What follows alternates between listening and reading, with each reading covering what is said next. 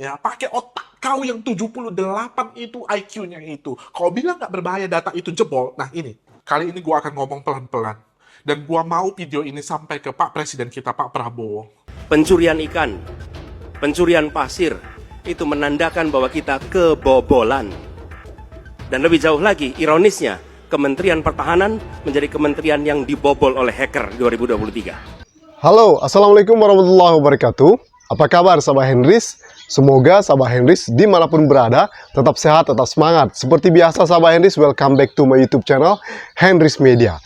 Sahabat Henrys, masih ingat nggak kalian saat debat Pilpres beberapa waktu yang lalu, di mana Pak Anies Baswedan mengingatkan dan membuat statement yang menghebohkan publik ya mengenai sistem pertahanan kita, khususnya dalam dunia cyber attack kita, ya, data nasional bocor, ya. Nah, itu harus dipikirkan bagaimana untuk mempertahankan lumpuhnya data nasional, ya. Dan itu heboh sehingga Pak Anies Baswedan dibilang omon-omon gitu ya. Waktu itu Pak Prabowo bilang omon-omon. Dan ini sahabat Henrys, omon-omon Pak Anies Baswedan kembali terbukti data nasional kita itu bocor guys, dan akan berakibat fatal khususnya rekening kita dan juga mungkin data-data yang lain. Ini video omon-omon Pak Anies Baswedan waktu debat Pilpres. Dalam beberapa tahun terakhir ini, lebih dari 160.000 orang meninggal bukan karena serangan militer, tapi karena serangan virus. HP kita, komputer kita diserang oleh cyber attack. Lebih dari 800 juta cyber attack. Perdagangan manusia, perdagangan anak. Bagaimana perempuan, anak-anak menjadi korban, lebih dari 3.000 orang. Dan narkoba menyerbu Indonesia. 4,8 juta orang terpapar narkoba. Keluarga-keluarga kita menderita karena narkoba ini. Dan itu pedih sekali. Itu tingkat keluarga. Pencurian ikan, pencurian pasir, itu menandakan bahwa kita kebobolan. Dan lebih jauh lagi, ironisnya, Kementerian Pertahanan menjadi kementerian yang dibobol oleh hacker 2023. Sebuah ironi, karena itu kita ingin mengembalikan.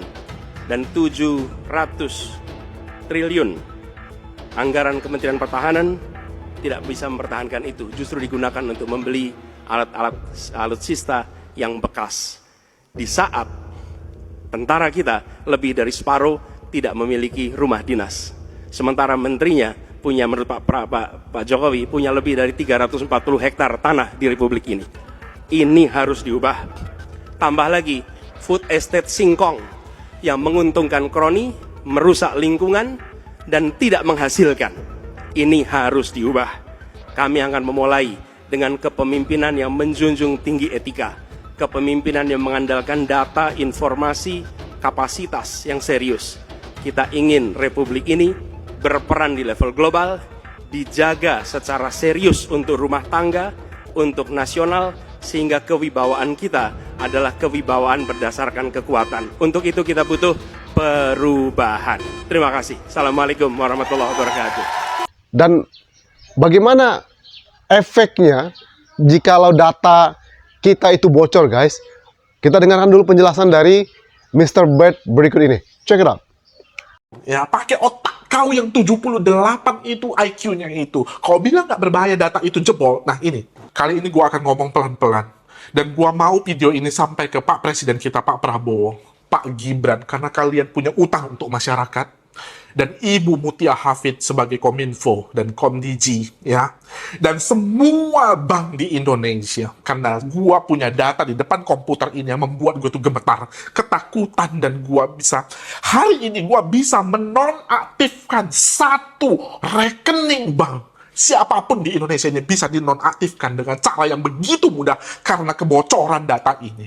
Kalian akan gemetar, gua jamin itu. Lihat ini baik-baik. Nah, di depan gua ini jebol data, ya. Ini dijual, ini fingerprint untuk 200 juta masyarakat Indonesia ada di sini. Itu email dan semuanya ini data Inavis, email itu ada di sini. Kalian bisa dapat 200 juta data Indonesia. Lalu bahayanya apa, Mr. Ben? Belum ya. Ini yang membuat gua itu gemetar. Ini dijual, ini tanggal 19 bulan 10 ini dijual data NIK. Ini KTP NIK sampai nama ibu kalian. Ibu kalian, nama ibu kalian dari 200 juta orang Indonesia ini bisa tahu nama ibunya. Lalu bahayanya apa, Mr. Bad? Nah, kau lihat ini, gua baru menonaktifkan. Ini buktinya, gue tunjukkan. Kalian lihat ini. Di sini untuk Bapak dibantu verifikasi datanya terlebih dahulu ya, dan informasikan nama gadis ibu kandung. Baik, untuk tempat dan tanggal lahir Bapak, silakan diinformasikan untuk nama lengkap sesuai KTP. Untuk nomor telepon yang terdaftar. Baik, terima kasih atas informasi yang diberikan ya. Bang aja gua bisa bodoh-bodohin dengan data ini. Gua perlu hack nggak? Nggak perlu. Dan ini reaksi dari bank tersebut. Dia suruh untuk menonaktifkan, lihat. Bila tidak berkenan untuk diamankan datanya, jika nanti ada transaksi di luar kendali Bapak, ini bukan menjadi tanggung jawab saya dan... Udah? Lu bayangkan itu. Gua udah punya kendali untuk menonaktifkan rekening orang. Bayangkan 200 puluhan juta orang di Indonesia ini. Nggak ada satupun yang aman. Semuanya nggak ada yang aman. Bagi lu yang punya uang, lu bisa nggak takut lu taruh uang di bank saat ini. Bisa dinonaktifkan kapan aja. Hah? Dan kalau lu yang nggak punya uang, lu ngomong, ya, pakai otak kau yang 78 itu IQ-nya itu. Kau bilang nggak berbahaya data itu jebol. Nah, ini. Data kalian ini, kalian nggak punya uang, tetapi rekening lu itu bisa dimanipulasi, dibuat yang baru oleh oknum yang ada di bank sana. Itu bisa buat jadi penampungan judi, tempat untuk cuci uang, supaya lu tahu. Supaya lu nggak ngeri. Kalau gua nggak suka sama lu, gua telepon operator, misalnya Telkomsel atau XL, gua bilang, tolong nonaktifkan nomor ini. Datanya apa? Gua kasih tahu nomor ibu kandung, tempat lu tinggal, semuanya jebol itu. Lalu dinonaktifkan, ya kan? Siapa aja punya bisa akses sekarang karena data lu tuh jebol. Pak Jokowi, semua itu bisa diakses datanya saat ini. Ngeri nggak itu? Mau dibawa kemana negara ini, gitu loh. Mr. Bad, kenapa kau emosi kali? Karena gua ada yang dihubungi oleh satu anak gadis 19 tahun. Datanya disalahgunakan, dipakai untuk meminjam. Dia nggak sanggup bayar. Dan dia mati bunuh diri. Dia hubungi gua dari email. Gua nggak sempat balas karena ada puluhan ribu email yang masuk ke gua. Di situ gua patah hati. Andai saja gua bisa balas tepat waktu, mungkin anak itu masih hidup saat ini. Tolonglah Pak Prabowo, tolonglah Pak Gibran. Tolong lakukan sesuatu untuk data ini. Gua datang ke Kominfo pada saat itu. Ini buktinya gua datang ke Kominfo, Pak. Di situ ketemu dengan para ahli IT Indonesia yang terhebat itu. Gue tunjukkan lubangnya. Sampai detik ini, ingat detik ini, hari ini tanggal berapa ini? Ini tanggal 3. Tanggal 3 November tidak diperbaiki juga. Tahu nggak? Lawyer gue bilang, tahan Mr. Bad, tahan, jangan marah Mr. Bad. Mau apa gitu loh. Jadi untuk kalian yang kalian nggak ada melakukan kesalahan apapun, suatu saat rekening kalian itu dibekukan atau rekening kalian itu tiba-tiba hilang, itu bukan salah kalian. Dan bagi kalian yang bank, repotkan sekarang seluruh bank itu harus mengubah cara dia memverifikasi via telepon, karena data orang yang ditelepon itu bisa dimanipulasi siapapun. Buktinya itu tadi telepon gua bisa kan dimanipulasi. Semoga video ini sampai ke Pak Prabowo. Pak, banyak orang Indonesia itu yang mampu, Pak. Pilih yang benar, Pak. Ibu Mutia Hafid. Kalau kamu peduli dengan negara ini, ya, kita tahu solusinya. Kita udah tawarkan solusi itu. Kenapa tidak dijalankan? Jangan hanya uang aja lah dikejar di atas sana gitu loh. Jangan semua warga negara ini disembelih hidup-hidup gitu. Tolonglah. Kalian punya kemampuan itu, kalian punya power itu. Lakukan itu. Muliakan nama Tuhan itulah sekali. Jangan hanya untuk uang semua gitu loh. Kau bisa tahu nggak seberapa emosi gue? Lu bisa rasakan nggak emosi gue ini? Gue benci nggak dengan negara ini? Justru enggak, karena gue sayang banget dengan negara ini gitu loh. Gue rasa itu aja dulu. Gue Mr. Bad, KesatriaCyber.com. Like jika suka, share jika bermanfaat. See you again in the next video. Bye-bye. Gawat banget guys ya. Ini gawat darurat banget nih guys ya. Kalau tidak ada solusi lebih lanjut mengenai data nasional bocor ini, maka akan berakibat fatal guys ya. Ya, kita jadi semakin was-was nih.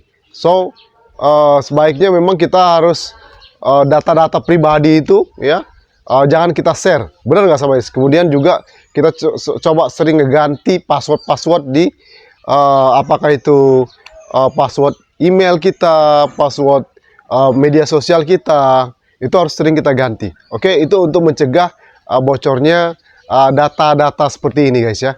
Dan ini kan kalau kita perhatikan beberapa waktu yang lalu kan rame itu pinjaman online gitu ya, yang memverifikasi nasabahnya lewat face, kemudian lewat telepon gitu ya. Nah ini mungkin salah satu indikasinya seperti itu guys ya. Oke, kita tunggu nanti bagaimana reaksi dari pemerintah Prabowo Gibran ini apakah akan mengatasi hal-hal seperti ini ya, apalagi sekarang kan lagi marak judai ya, judai di Kominfo sendiri, Kominfo dulu namanya, sekarang Komdigi, susah ya, Komdigi ya. Nah, itu ada berapa orang di Komdigi yang tertangkap karena itu ada sangkut pautnya dengan judai. Belum lagi ini rame juga TikTokers ya, Sadboard ya, tertangkap kasus judai. Itu heboh banget guys ya, karena diduga mempromosikan link judai ya. Nah itu kan sangat miris banget gitu ya. Ada 2 orang yang tertangkap sudah ada dengan kasus judai ini. Jadi ini kita hati-hati sekali ini ya. Semoga pemerintah terbaru sekarang Prabowo Gibran ini bisa mengatasi hal ini. Oke, itu saja video kali ini sahabat. Thank you for your attention. One more time, don't forget to subscribe, like, comment, and share. See you in the next video. Wassalamualaikum warahmatullahi wabarakatuh. Bye bye.